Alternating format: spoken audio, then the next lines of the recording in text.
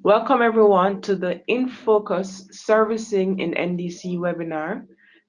My name is Chanel Harris, Head of Implementation here at IATA, and joining me with the webinar today will be Vanni Sanvincenti, Lead Architect.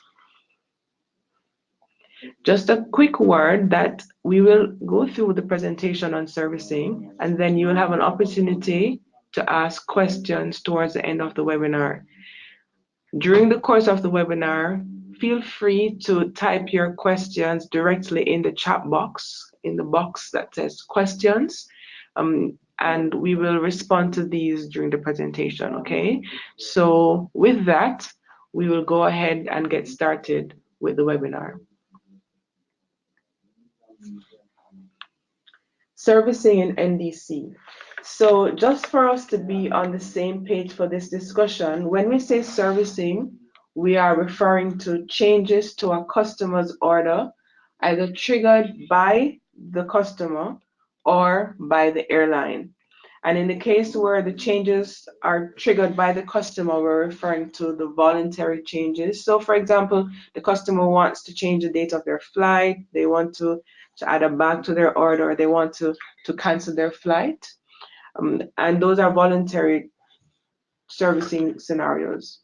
And involuntary servicing scenarios are changes that have been triggered by the airline. So for example, the airline has some issue and they're no longer able to deliver some or all of the services in the order. So let's say a flight delay or cancellation even due to weather. So I know these seem very simple, but it's really important for us to be on the same page when we're referring to servicing. I'll also say that from the servicing, there are two aspects that we often forget to talk about. Servicing is referring to the servicing capabilities in the standard itself, and it's also referring to the servicing capabilities that stakeholders have implemented. So stakeholders, the airline, the agents, and the entire value chain to support the various servicing scenarios that we have mentioned. And so in this presentation, I just wanted to highlight very much that we have servicing from an implementation perspective, where airlines, where agents, where aggregators, mid-back office service providers, and so on, actually are implementing these capabilities and ensuring that they're supporting it as part of their respective service flows, okay? And what we have been hearing from an implementation perspective, that there are stakeholders that are already including various servicing capabilities in their implementations. The second aspect of servicing we're referring to are the capabilities that are actually in the standard. And when we refer to the standard, we're referring to the capabilities that the schema itself supports. And along with the schema, we have the implementation guidance to explain how the schema should be used to support the respective voluntary and involuntary servicing scenarios.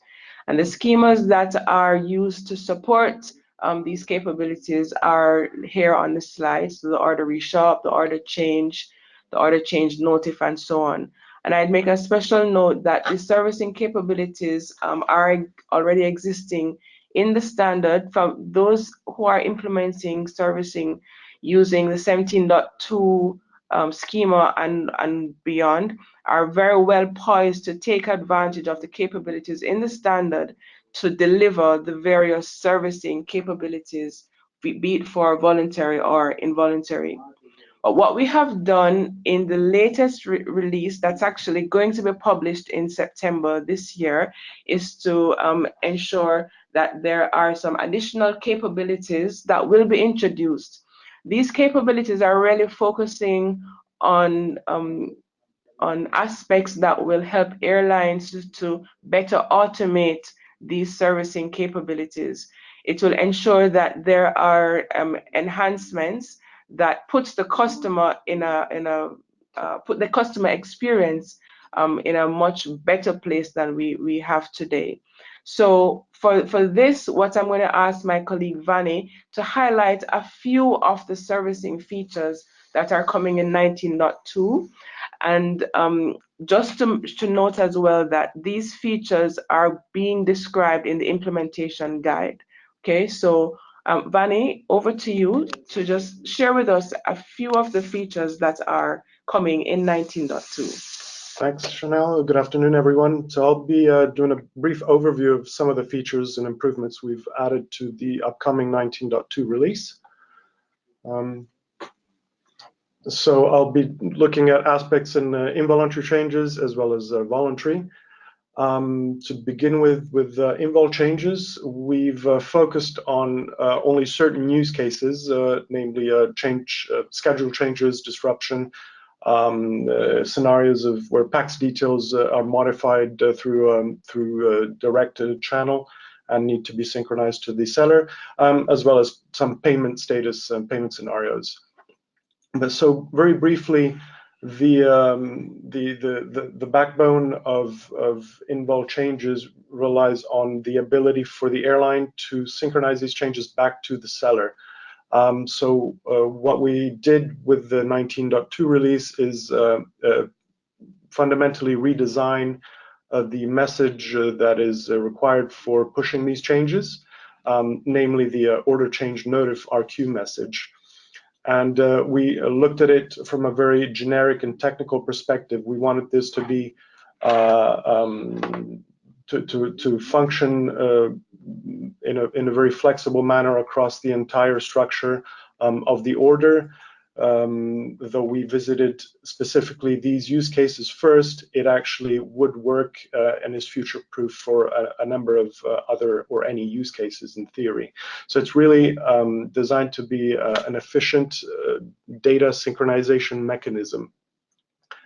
So with that said, now we're able to propagate any changes that happen in an order management system to the seller. On the more technical side, this does imply that the seller would be running their own API endpoints capable of receiving these notifications. So for the moment, there is this assumption or constraint that the sellers on their side would have to implement and run API endpoints to receive these notifications. Whereas, as you might know, for the rest of the messaging with NDC in one order, it's really just a client-server architecture, so there's no need to run any endpoints. So we're also looking in the next 6 to 12 months at ways of improving this, possibly looking at different technologies in message queuing and or publish subscribe that might help the airlines scale in order to deliver these notifications more efficiently. But back to the flows and use cases, we have illustrated an example here where we have a sched change scenario where the departure time is delayed by a couple of hours, and so the airline synchronizes this, sends this to the seller. In addition to the actual change itself, the order item containing the changed flights, the changed services, has a couple of additional indicators that we've also added with the 19.2. One is the acceptance indicator that is designed to allow the passenger to accept explicitly the change, for the airline to really make sure that the information is seen and accepted by the passenger in terms of reaccommodation or any adjustments that the airline took the initiative of doing on behalf of the passenger. So this acceptance is then later done through an order change message. And in addition to that, there's also some follow-up actions that the airline may want to indicate, such as picking up the phone and calling. If the scenario is complex, the airline could ask the passenger to call the airline directly, or it could even be just some more trivial message-specific capabilities, such as simply reshopping or accepting the change, or canceling and getting a refund. And these are clearly all actions that the passenger can take on their own. following a sketch change. But what's important here is that this information simply synchronized back to the seller in a real-time manner. And so this works also for disruptions and PAX details. I'll give you an example of PAX details. If the passenger logs into the airline.com directly to modify, for example, an emergency contact number, this is clearly something the seller also needs to be aware of. So this is the kind of information that would get synchronized back to the seller. Change in PAX details or contact information is a voluntary change in itself, but we're using the same mechanism of the OrderChangeNotif to synchronize these changes back to the seller. And payment statuses also, we're starting to look at some asynchronous payment flows where payment details can be submitted, but the payment isn't necessarily authorized and settled in real time. There could be minutes passing, so the order could be created and the status would be pending capture of payment.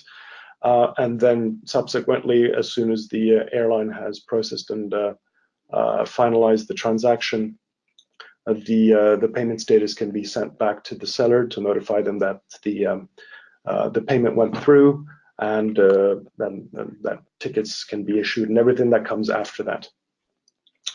Okay. This is on this slide we have a little example of what an OrderChangeNotif could look like. This particular one is the simple change of departure time that we saw on the screen before.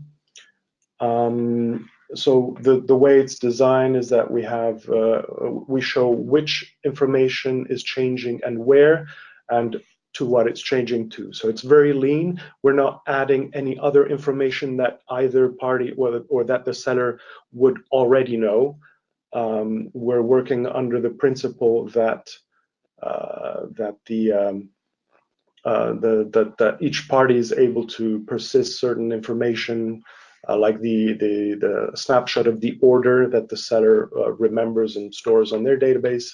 And so they would be able to, with these changes, simply patch in the information, only the information that is actually changing. We've had to also introduce a concept of order versioning in order for all of this to work. So this is very important because with each, let's say, cluster of changes that is pushed by the airline, this would effectively increment the version of the order.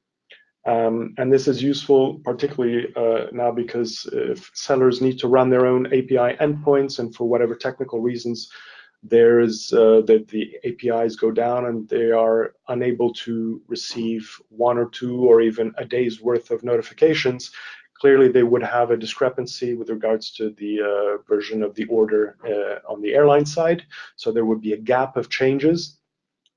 We would assume once the seller does an order retrieve to see the current snapshot of the order, would see that things have changed. The only thing that we need to check is the order version, and from that they could derive immediately how many changes they've actually missed. So if they order retrieve and suddenly we're on order version 10 and the last one they had 2 was version 2, then they would know that they're missing, a few order change notifs. So the way to retrieve those and resynchronize and get it back up to speed with the latest version of the orders by calling the order history message pair, which has also been redesigned to look pretty much the same as the OrderChangeNotif. The only difference being it's the entire history of the changes for a particular order from its initial creation.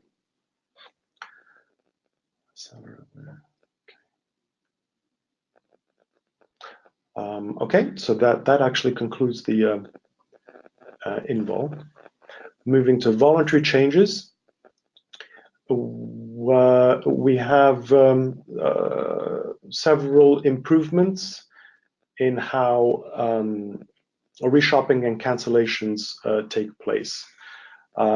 First of all, the use of the reshop message pair is now much more, let's say, emphasized in all of our flows as a best practice, as a tool to simulate the outcome of an operation and to make an informed choice and committing to that operation. So it's a very useful tool to allow the airline to provide the instructions necessary to make the change, to provide full visibility of the outcome. And in one word, yes, it's pretty much a full simulation of what would happen if we were to reshop or cancel an item in an existing order. So in this scenario, in this example, we have a cancellation of one of the inbound segment of the itinerary. And what we've added is a way for the passenger to specify whether they want to potentially reshop or in a way respend the value left over by the item they're canceling, or simply get an immediate refund. So this is very important because the airline at this point would either know to trigger a refund right away, or just to hold a value open for further reuse. And so we have a distinction in terms of respending when canceling an item of reusable items or residual amounts. When the airline is able to know the exact residual value, they will enter it, and there are some additional indicators to mark that and to make it explicit that these are this is a residual value, all of which can then be reused to reshop. However, this is not always the case. The airline may have to wait until the passenger reshops or replaces a certain service or flight with another in order to know how much that residual value would have been. There are complications potentially with taxes and how the price is broken down that mean that they cannot necessarily calculate the residual value right away. So what happens is in the order item in your order, it would be flagged. There's an additional flag to say that the item itself is reusable. So it's parked in the order for subsequent refund or replacement via reshopping. The penalty has also been improved, the penalty structure.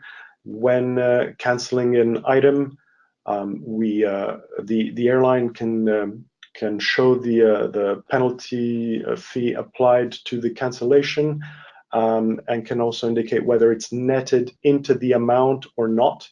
Meaning if it's netted and there's a certain refund, the refund would be the refund minus the penalty. So they would net that in, and the actual refund amount would reflect the penalty that the passenger would have owed the airline. If it isn't netted, this implies the airline needs to collect the penalty prior to triggering a refund. So again, in the order, it would look like a parked item that is expecting further actions by the passenger. As soon as the penalty is paid in full, that would then instruct the airline to trigger the subsequent refund. And again, we have the indicators to show that when replacing an item, whether it's a scenario of additional collection or a refundable amount, or residual values, or reusable values, and there's a few more. So it's very clear when canceling or reshopping what can be done, and the amounts and the balance left in the order that the passenger has to work with. Okay. So a couple of additional items. In the past, the implementation guides to date have never really talked much about which statuses to use and how. But now in 19.2, we are starting to make a strong usage of the status at the service level, specifically to mark items as canceled. So we're starting to see that more and more.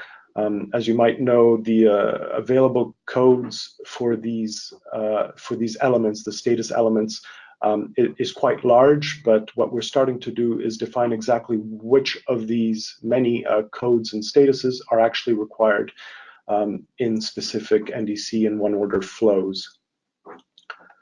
We have also the new indicator in canceled order items that shows that the item itself is reusable, and that further action can be taken, such as reshopping or requesting an actual refund on those.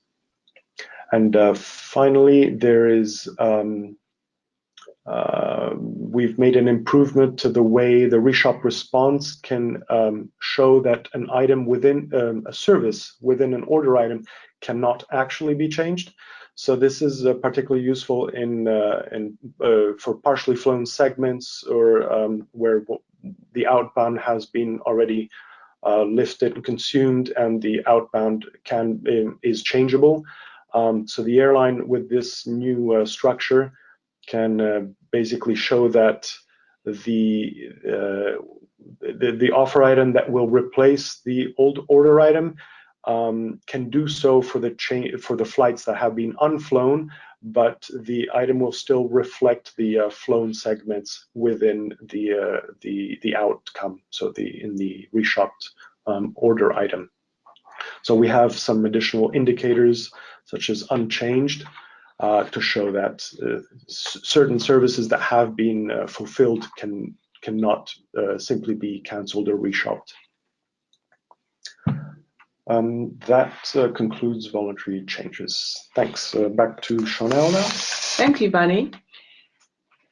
And finally, we thought that we would just do a quick highlight on splits. The subject of split has been quite hot in some discussion forums, and so we just wanted to call it out to highlight the case of a multi-passenger, non-homogeneous scenario. So there are multiple passengers traveling, and one passenger wants to make a change to his or her itinerary. And we do know that today's PNR requires what is referred to as a PNR split, and that's simply because of the constraint of the PNR construct that we have today. And we wanted to just spend some time to clarify that in NDC, in fact, the order itself, the order concept, supports having multiple passengers having different itineraries within the same order. And so technically there's no reason from an order perspective to do a splitting of an order to simulate the practice that's happening today as a PNR. What we do recognize, however, is that in implementations today, there are PNRs that are behind, in the back working. And so from an implementation perspective, airlines will need to take this into account, and it will often require mapping elements of a non-homogeneous order to individual PNRs, but that is an implementation consideration. And one of the things that we are highlighting is that we encourage implementers to actually take advantage as much as possible of the features of the order itself. This will put you in a very good position as you consider transitioning to the next step, one order, but even just to be able to take advantage of the retailing opportunities that the order concept allows, that comes with NDC. And with that, we'd like to pause and see if there are any questions that are here. So just a reminder that you can just type your questions in the chat and we will respond there. So we have a question here that says, does the 19.2 implementation guide recommend not doing an order change notif without the order history? Is this something that's documented in the implementation guide? I think what's been recommended is that order history is the safety net, is the fallback plan to an unsuccessful push of a notification. So it's actually quite important to implement both. And I think because the structures and the design are virtually identical, that should maybe make things easier to implement. But what's important is that if a notification, an important one, that does not make its way through, the seller needs an offline way, let's say, of knowing whether they are missing changes, missing information, and to have that kind of traceability through the life cycle of the order. So the tool the seller would use is the order history to catch up on any gaps that have occurred during any API downtime. Okay, thank you. And we have a question here that's requesting clarification on the split. So the question is it that you will, did you say that you will be able to split a passenger off an order if more than one traveler, or is this for airlines to implement? So what I was referring to here is that today we have the PNR split, and so that's where you split the passenger off within the PNR.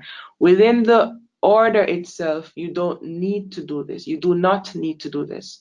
You're able to have two passengers and one passenger having a different return, let's say, than the other, compared to the other passenger.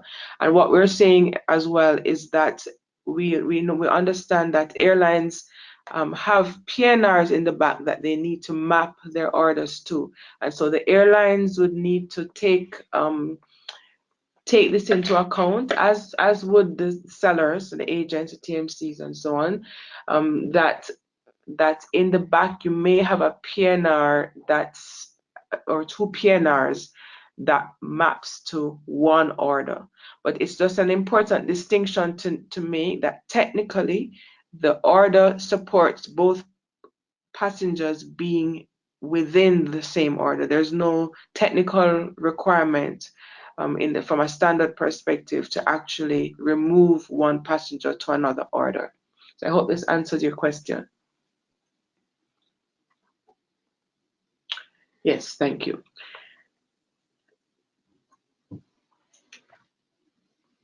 Okay.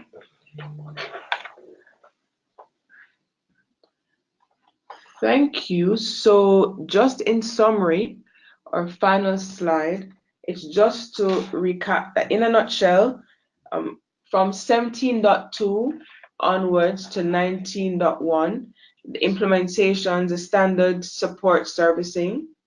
And in 19.2, we have features that can enhance the customer experience.